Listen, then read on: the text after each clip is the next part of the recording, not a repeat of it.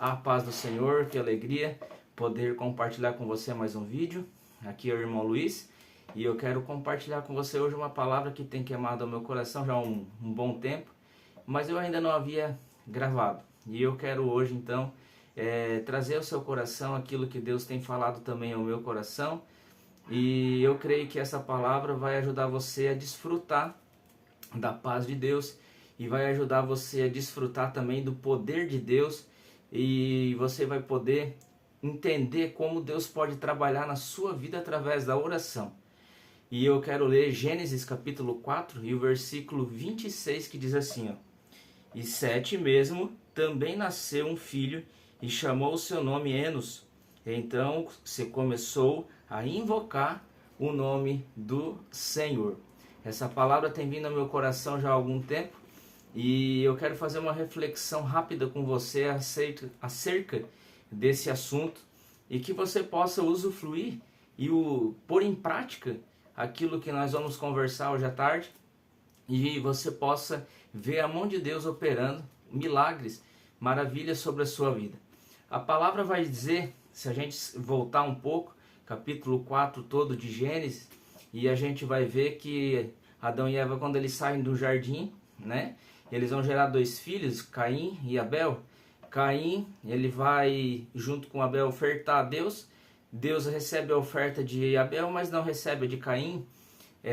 Caim, por inveja, por uma série de coisas, ele vai acabar matando seu irmão Abel. E Caim ali a gente vai acompanhar no capítulo 4, ao longo do capítulo 4, que Caim ele vai andar pela terra e vai gerando filhos, e os filhos deles vão gerando outros filhos. Porém, Caim ele gera uma geração corrompida, né? Os descendentes de Caim, eles vão, né?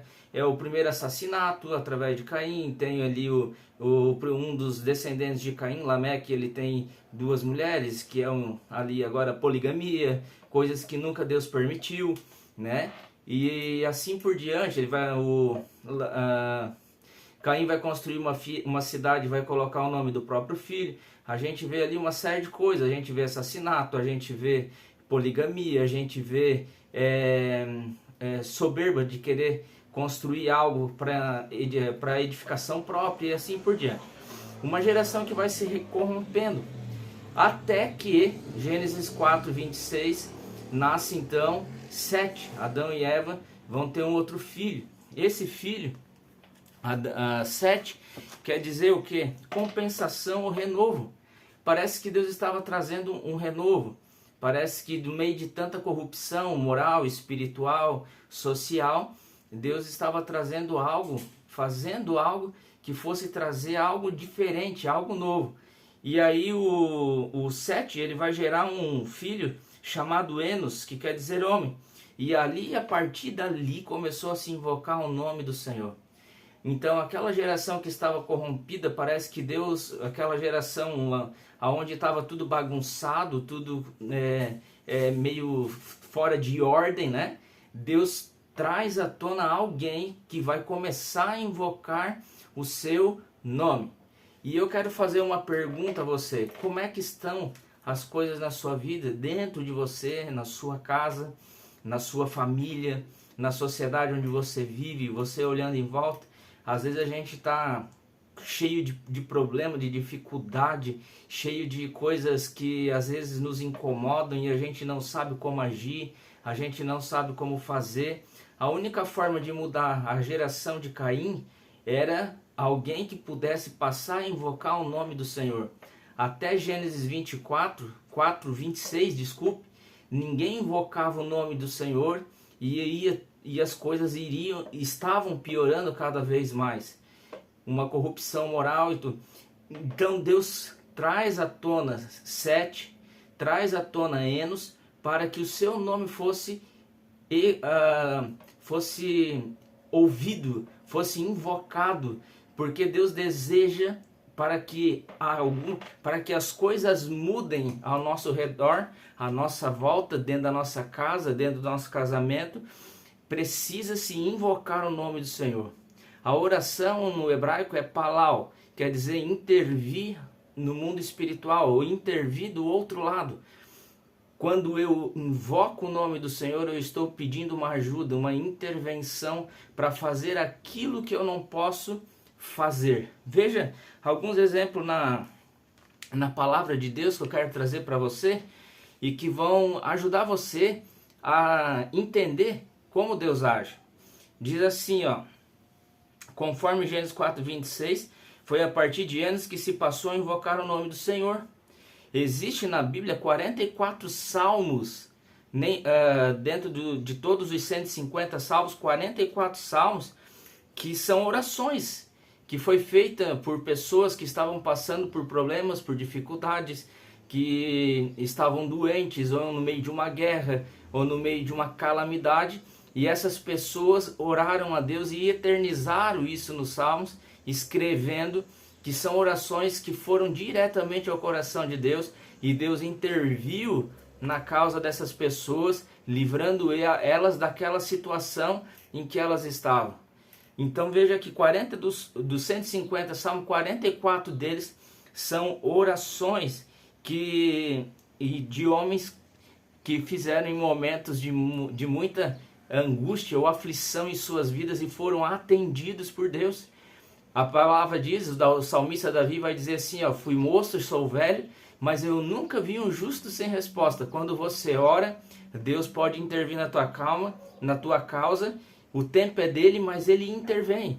Ele pode transformar essa realidade quando você ora, porque você está intervindo no mundo espiritual.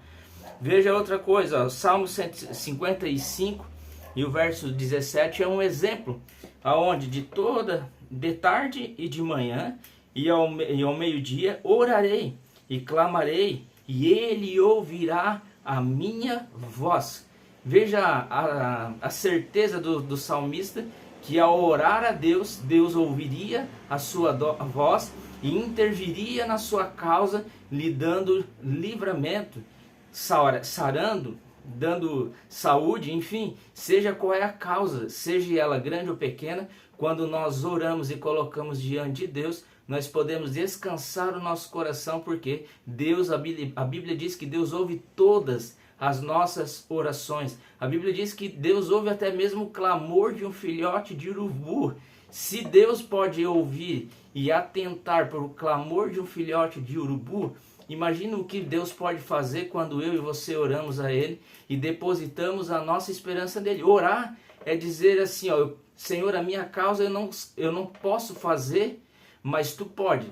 E você entrega. Isso é oração, isso é você botar diante de Deus algo que você é impossibilitado de fazer e você está dizendo para Deus que só Ele pode. E Ele é dessa forma que Deus age.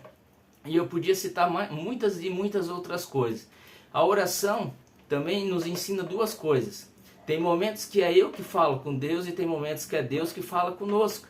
Tem momentos que a gente vai em algum lugar sozinho, nosso quarto, cada um de nós tem um ambiente específico onde a gente ora e a gente vai e a gente fala com Deus. Mas tem momentos e dias que é Deus que quer falar conosco. Tem momentos e dias que Deus só pede para que a gente fique em silêncio, quietos, né?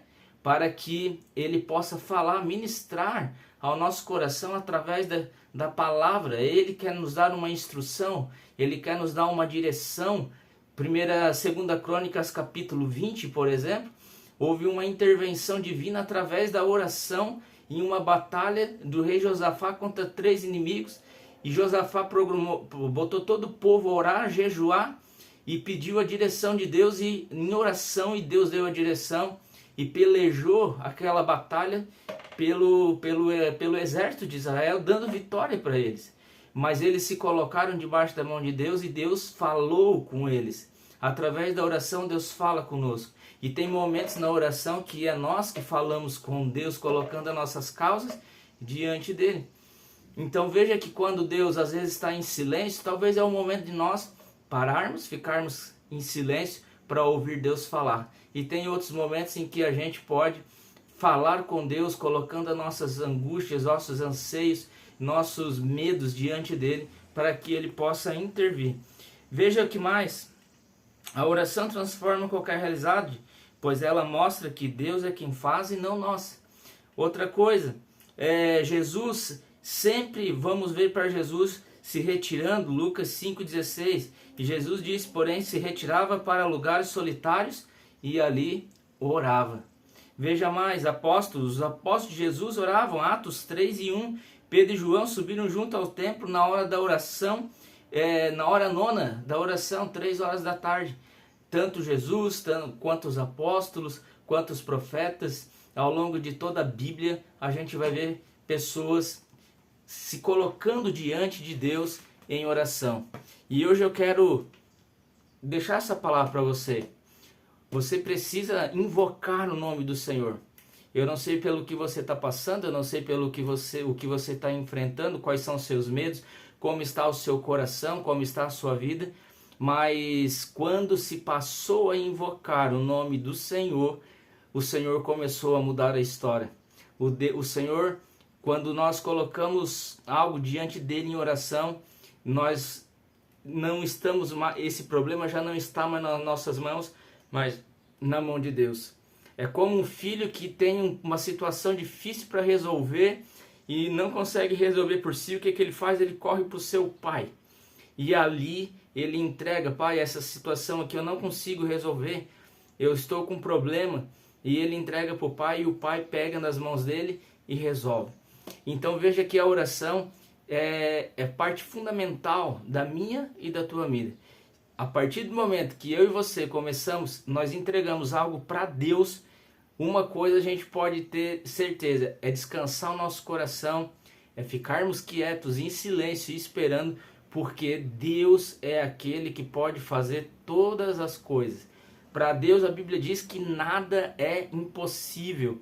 E a nossa oração é o que faz com que Deus se mova a nosso favor. Que Deus possa te abençoar e que as suas orações possam subir até a presença do Eterno e que você possa ser ricamente abençoado pelas suas orações. A oração feita com fé, ela pode muito em seus efeitos. Ela pode fazer milagres acontecer, pode transformar sua casa, seus filhos, sua família, seu casamento, seu ministério. Um ministério sem oração, ele não funciona. Uma vida sem oração, ela não tem a paz de Cristo dentro de nós. Jesus possa abençoar a sua vida e que nós possamos construir o hábito de orarmos e confiarmos no nosso Deus, porque um justo que ora e entrega a Deus as suas causas nunca fica sem resposta. Deus abençoe você, em nome de Jesus, amém.